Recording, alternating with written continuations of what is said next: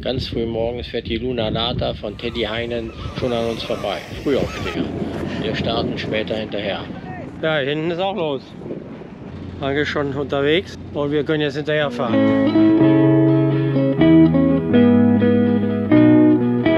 Ja, wir verlassen jetzt Port Zellande, gehen durch die Schleuse in Brünnisse und dann ist Wilhelmstadt unser Ziel.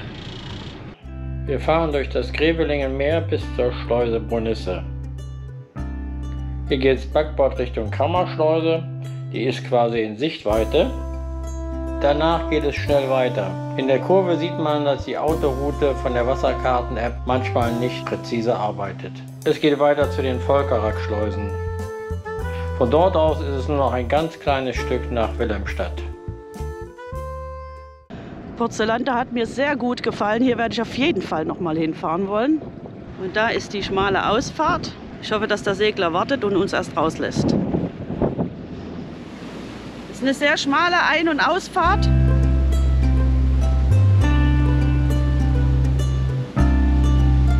Tschö, bis zum nächsten Mal.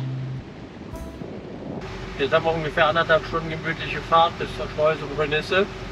Dann hoffen wir mal, dass die pünktlich aufgeht. Dann gibt es noch ein kurzes Stück bis zur nächsten Schleuse. Dann können wir noch mal schnell fahren. Dann gibt es noch eine Schleuse und dann geht es noch mal schnell nach Wilhelmstadt.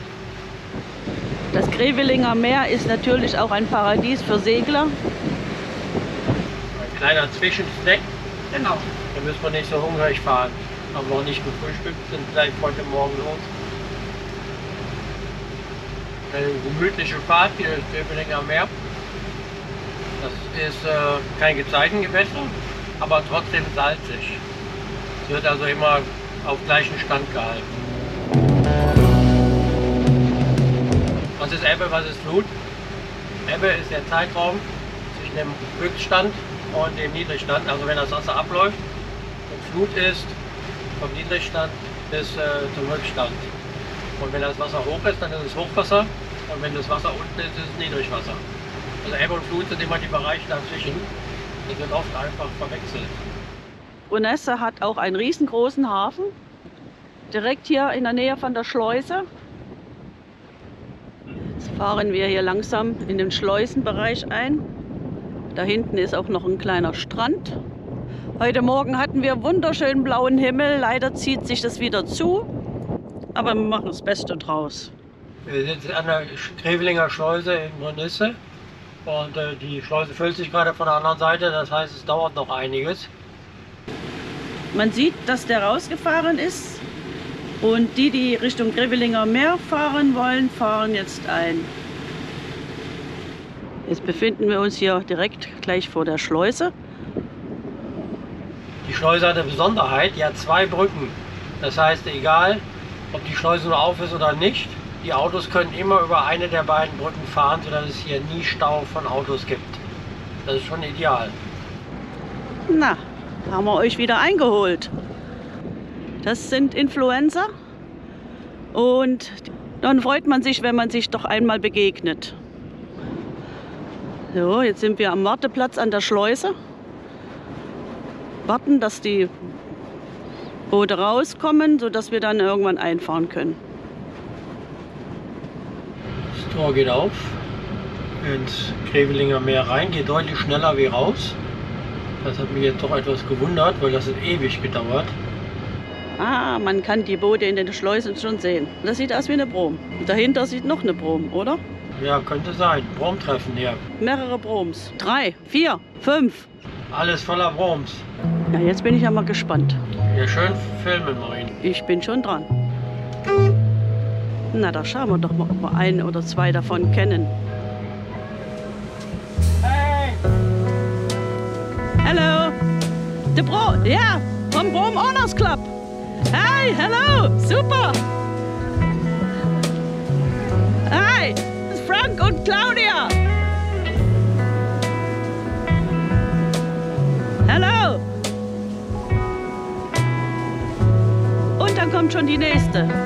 Seawolf. Hello! Hey, how are you? Thanks, I'm fine. Hey, nice to see you. Hey!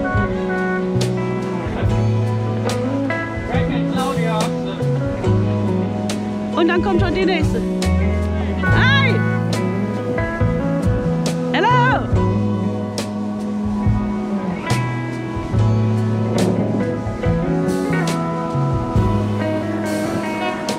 Und noch eine. Boah, das nenne ich mal eine Überraschung.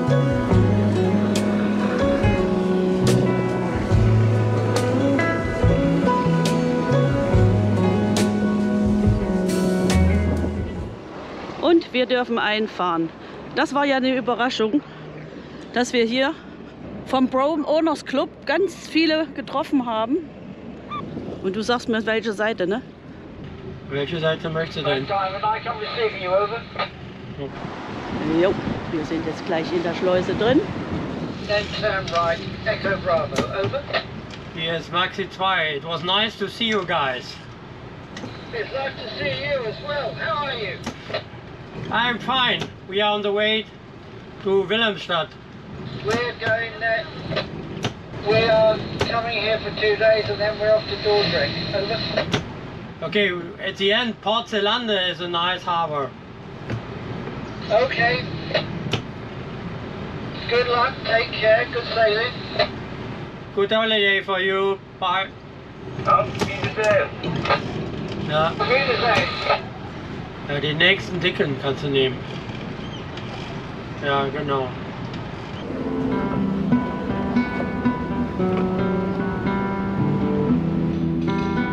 Das war ja wohl eine Überraschung.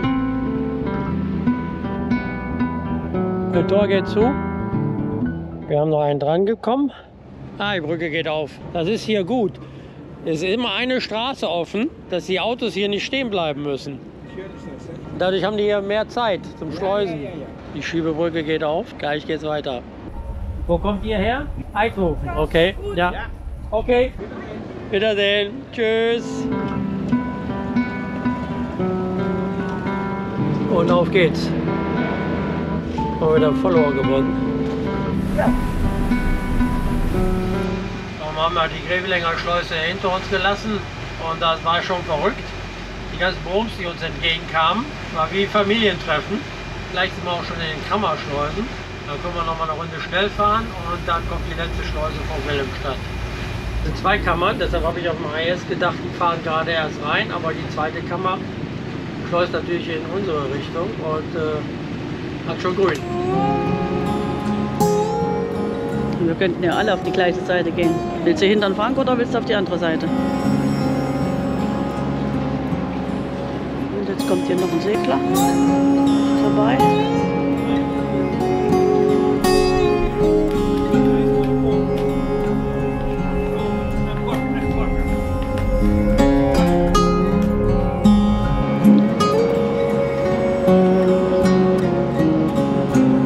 Das Schleusentor geht zu.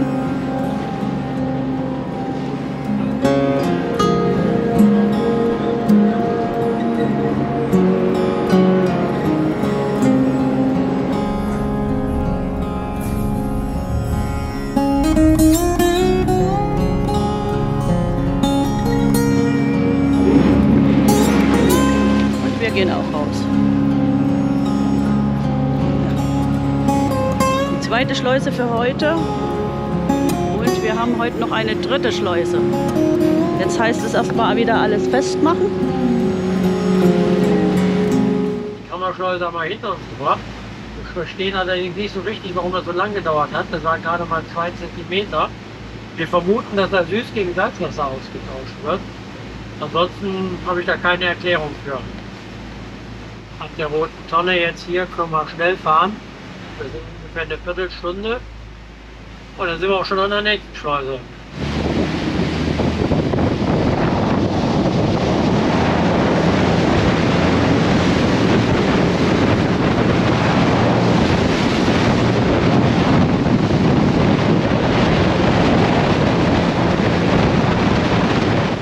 Was hast du nicht? Strom? Was? Was hast du nicht? Kein Turbodruck mehr auf der rechten Maschine. Dann musst du nur langsam fahren. Ich habe auf der rechten Maschine kein Turbodruck im Moment. Ja, komischerweise, wir hatten einen Schreck in der Morgenstunde. Plötzlich war der Turbodruck auf der rechten Maschine weg. Ich kann mir jetzt nicht vorstellen, dass er an unserem geringen Tankinhalt stellt. Ich habe jetzt mal die Verbindung zwischen den beiden Tanks aufgemacht und ja, jetzt läuft es wieder. Verstehen tue ich es gerade nicht. Und ich auch nicht. Aber wir fahren. Das sieht aus wie eine Autofähre.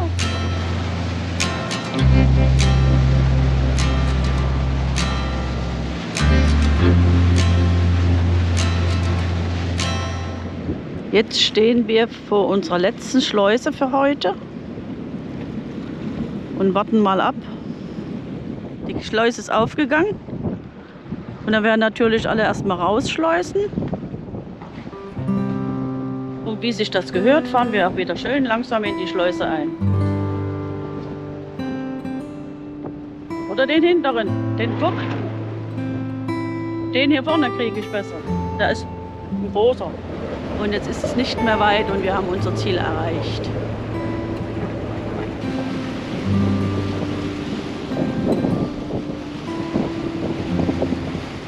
Die rechten Maschine ist ganz ausgefallen, lässt sich auch nicht mehr starten. Möglicherweise hat die Luft gezogen. Müssen wir gleich in Wilhelmstedt mal gucken. Wir fahren jetzt mit einer Maschine, mit der linken. Ich krieg mal die Luft wieder raus. Ziehen. Aha. Entlüften. Da hinten ist die Schleuse von der Berufsschifffahrt. Und da wir nur jetzt wieder mit einer Maschine nur fahren können, müssen wir natürlich darauf achten, dass wir hierher schnell kreuzen. Weil da ist schon Wilhelmstadt. Da steht wieder ein ganz dickes Kreuzfahrtschiff hier drinnen. Und steht so halb aus der Ausfahrt raus. Die Arosa Brava aus Rostock.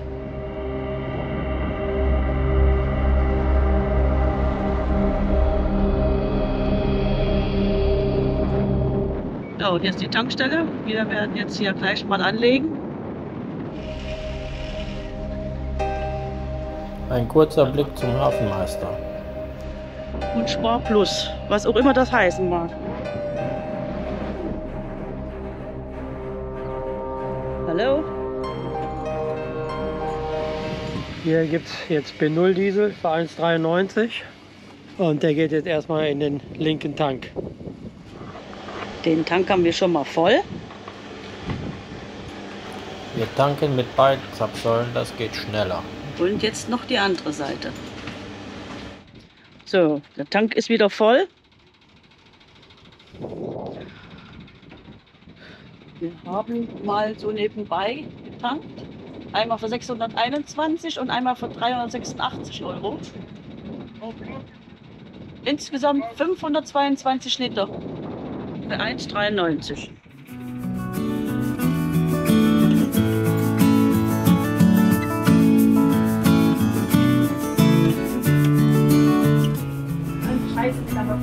Wie will er nicht?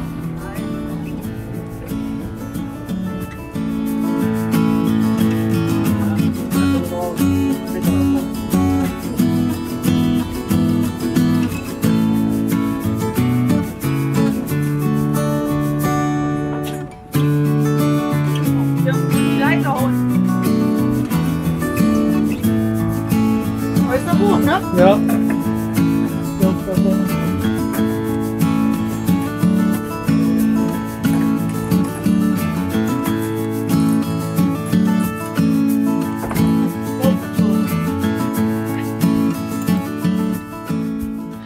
Wir wollten nicht in das Gedränge im Stadthafen und haben uns hier einen langen Steg im Yachthafen verkrümmelt. Mit richtigem Blick auf die Windmühle. Und da liegen wir perfekt. Und auch der Hafen ist so eng, dass so viele nicht mehr ins Päckchen kommen können. Wir schauen uns jetzt mal die Dieselfilter an. Das auf der linken Seite weniger ist, zeugt ja schon davon, dass die Maschine nicht richtig angesaugt hat oder nicht ansaugen konnte. Das ist aber relativ klar, also keine Verunreinigung drin. Die neuen Filter reindrücken, möglichst ohne Diesel rausspritzen zu lassen. Und dann wieder zuschrauben mit neuen Dichtungen. Von der Steganlage haben wir es nicht weit zu den Duschen und Toiletten, gleich am Ende. Ja, jetzt sind wir im Duschbereich. 1, 2, 3, 4, 5 Duschen. Und ja, Standardgröße. Einfach anknipsen, aber nur eine Temperatur. Ich hoffe, es ist die richtige. Der Stahl war kräftig und vor allen Dingen heiß. Man kann sich einstellen, aber lange drunter stehen an einer Stelle war schwierig. Aber alles gut. Der Seite geht es in die Stadt und auf der anderen Seite zum Hafenkontor.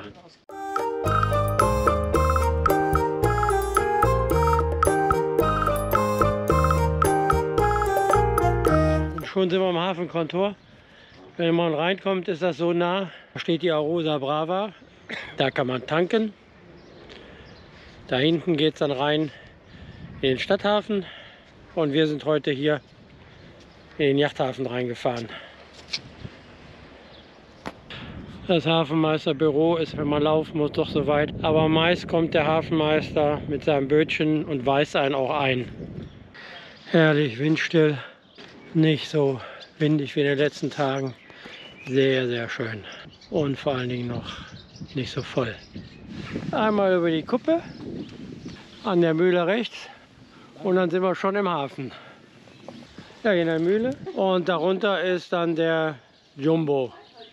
Viel mehr gibt es so in Wilhelmstadt gar nicht. Und wir gehen jetzt direkt zum Hafen. Hier im Hafen ist die Karte auch voll. Wenn man zu zweit kommt, dann legt man sich am besten gleich ins Päckchen. Dann besteht die Gefahr nicht so, dass noch einer daneben kommt. Wir gehen in den Jules. Da haben wir meiner Meinung nach damals auch gegessen. Allerdings ohne diesen Vorbau. Wir beginnen wie immer mit der Vorspeise. Ich hoffe, meine Beef Tataki und zweimal Lachs-Sashimi. Und Marina hat noch eine Tomatensuppe. Mit Croutons. Genau. Guter Appetit. Und die Hauptspeise ist da. Zweimal Ente mit Nudeln. Sieht sehr lecker aus. Nudeln mit Garnelen und Tintenfisch. Und ich habe mal das Steak mit Pommes. So, seit langem mal wieder Fleisch. Kommt doch noch später abends einer rein. Fährt nicht in den Hafen.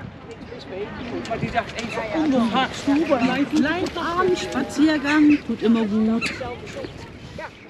Der Blick in den Stadthafen ist immer schon toll, wenn die Boote da alle liegen. Im Sommer ist das noch viel voller, dann sind die Päckchen teilweise 5, 6 Schiffe groß. Marina fotografiert schon unser nächstes Boot. Da vorne haben wir eben gegessen. Hier ist jetzt die Hafenpromenade. Alternatives Bootfahren. Da hinten gibt es ein Restaurant. Dann haben wir hier die Kirche. Und dann geht es hier noch die Straße lang. Da ist auf der rechten Seite noch eine Eisdiele, die hat leider zu. Jetzt gehen wir zurück aufs Schiff, auf den Absacker. Umfeld von Wilhelmstadt ist total idyllisch. Ich darf nur hinten die Chemiefabrik nicht dabei filmen. Genau, die schneide ich raus. Vor Wilhelmstadt ist die Hauptfrachtroute in den Süden nach Antwerpen. Auf der rechten Seite sieht man den großen Yachthafen de Batterie. In der Mitte die Einfahrt zum Stadthafen Wilhelmstadt. Man hat die Wahl, links in den Yachthafen oder geradeaus an die Kade in die Stadt. Wir fliegen Richtung großem Yachthafen. Um Wilhelmstadt rum ist alles Grün und Natur. Wilhelmstadt ist wirklich nur ein winziger Ort. Zurück geht's Richtung Kade.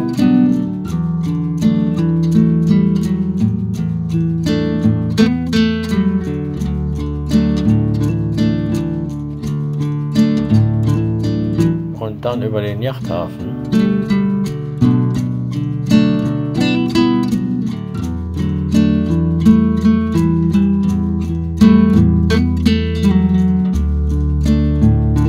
Nochmal ein Flug über den Yachthafen Richtung Ausfahrt.